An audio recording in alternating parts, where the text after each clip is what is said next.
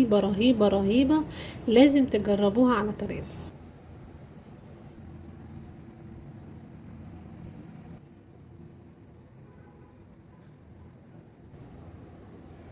معايا هنا اول حاجه كيس مكرونه. كيس مكرونه ده عباره عن كيلو. طبعا تستخدموا اي نوع واي ماركه.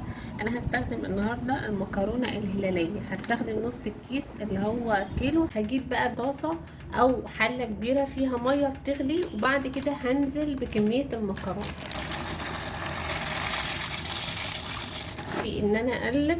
مش هغطي بقى المكرونه، بضيفش زيت وما بضيفش ملح، هسيبها لمدة ب7 دقايق. لما المية تغلي هتكون المكرونة استوت معايا. هنا كده خلاص المكرونة اتسلقت معايا كويس جدا زي ما انتوا شايفين، ما نسويهاش اكتر من كده. اعرف منين ان هي استوت؟ بسيبها زي ما قلت لكم بعد ما المية ما بتغلي وما بضيف المكرونة، بس 7 دقايق. بعد ال7 دقايق ده بيكون شكلها. صفيها بقى، وبعد كده هنرجع نعمل الصلصة بتاعتنا. هنضيف فيها المكرونة بعد كده في نفس الطاسة اللي احنا سلقنا فيها المكرونة. زودت شوية من الزيت، يعني حوالي كده 4 معالق كبار من الزيت. هسيب الزيت ده يسخن كويس جدا. بقى معايا بصلة متوسطة مبشورة، او تقطعوها تقطيعة صغيرة قوي علشان ما تبانش معايا كده في المكرونة. ابتدي بقى ان انا اضيفها في الزيت بالشكل ده.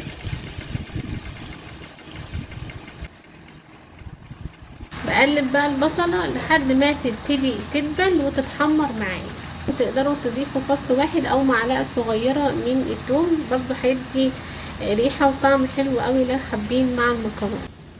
هنا بقى كده خلاص، بعد ما البصلة اتحمرت معايا كويس بالشكل ده، لما توصل للمرحلة دي شوية من الفلفل مشكل، فلفل اخضر واحمر واصفر كده، مش قطعهم صغير جدا، بيدوا طعم حلو قوي لصلصة المكرونة. ممكن تستغنوا عن الفلفل المشكل وتستخدموا بس شوية من الفلفل الاخضر لو متاح.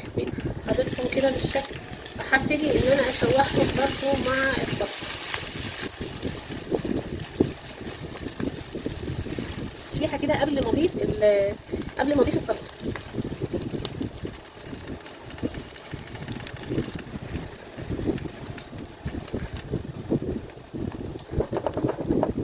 هضيف بقى دلوقتي عصير طماطم، عباره عن 4 طماطمات كبار مضروبين في الخلاط.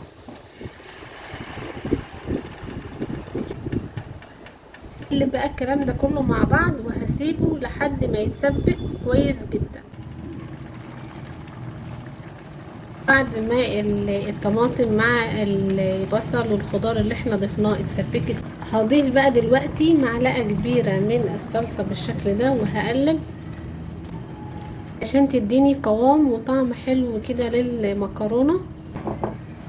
في بقى هنا ان انا ابهر الصلصه بتاعتي. معلقه صغيره مليانه من الملح، نص معلقه صغيره من الفلفل الاسود، نص معلقه صغيره من الكمون، نص معلقه صغيره من البابريكا، رشه بسيطه او ربع معلقه صغيره من الشطه. واخر حاجه اضيفها هي مكعب من مرق الدجاج الفوري.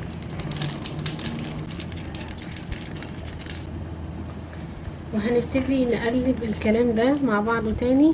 طبعا تظبط الملح، تدوقوا الصلصة الاول، لو محتاجة ملح كمان ممكن تضيفوا، لو الملح مظبوط هتكتفوا على كده. انا كمان هسيبها دقيقتين او دقيقة، وبعد كده هرجع اضيف المكرونه. وده كده شكل المكرونه بعد ما سلقتها وصفتها طبعا وغسلتها كويس جدا. انا بحب اغسل المكرونه بعد السلق. نبتدي بقى نضيفها في الصلصه اللي احنا جهزناها مع بعض. خلاص الصلصه اتسبكت كويس جدا زي ما انتم شايفين اهي. عايزه اقول لكم الريحه حلوه جدا. هنبتدي بقى نضيف المكرونه كده، بعدين هقلب بقى المكرونه بالشكل ده.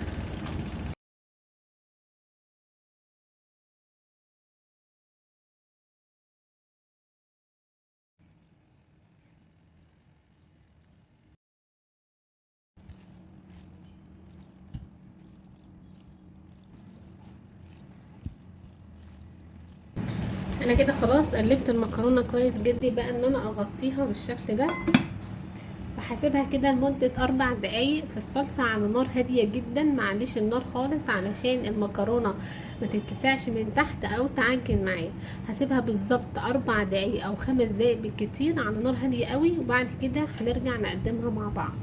كده خلاص المكرونة جاهزة معانا ان احنا نغرفها. انا عايزة اوريلكم بس المكرونة على النار، الفلفل مع البهارات اللي ضفناها، مش عايزة اقول لكم الريحة حلوة ازاي.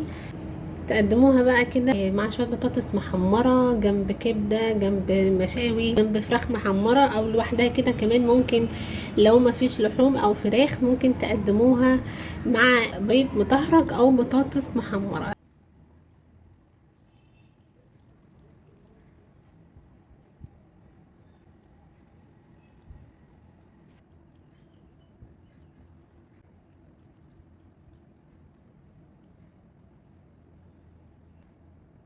خلاص انا خلصت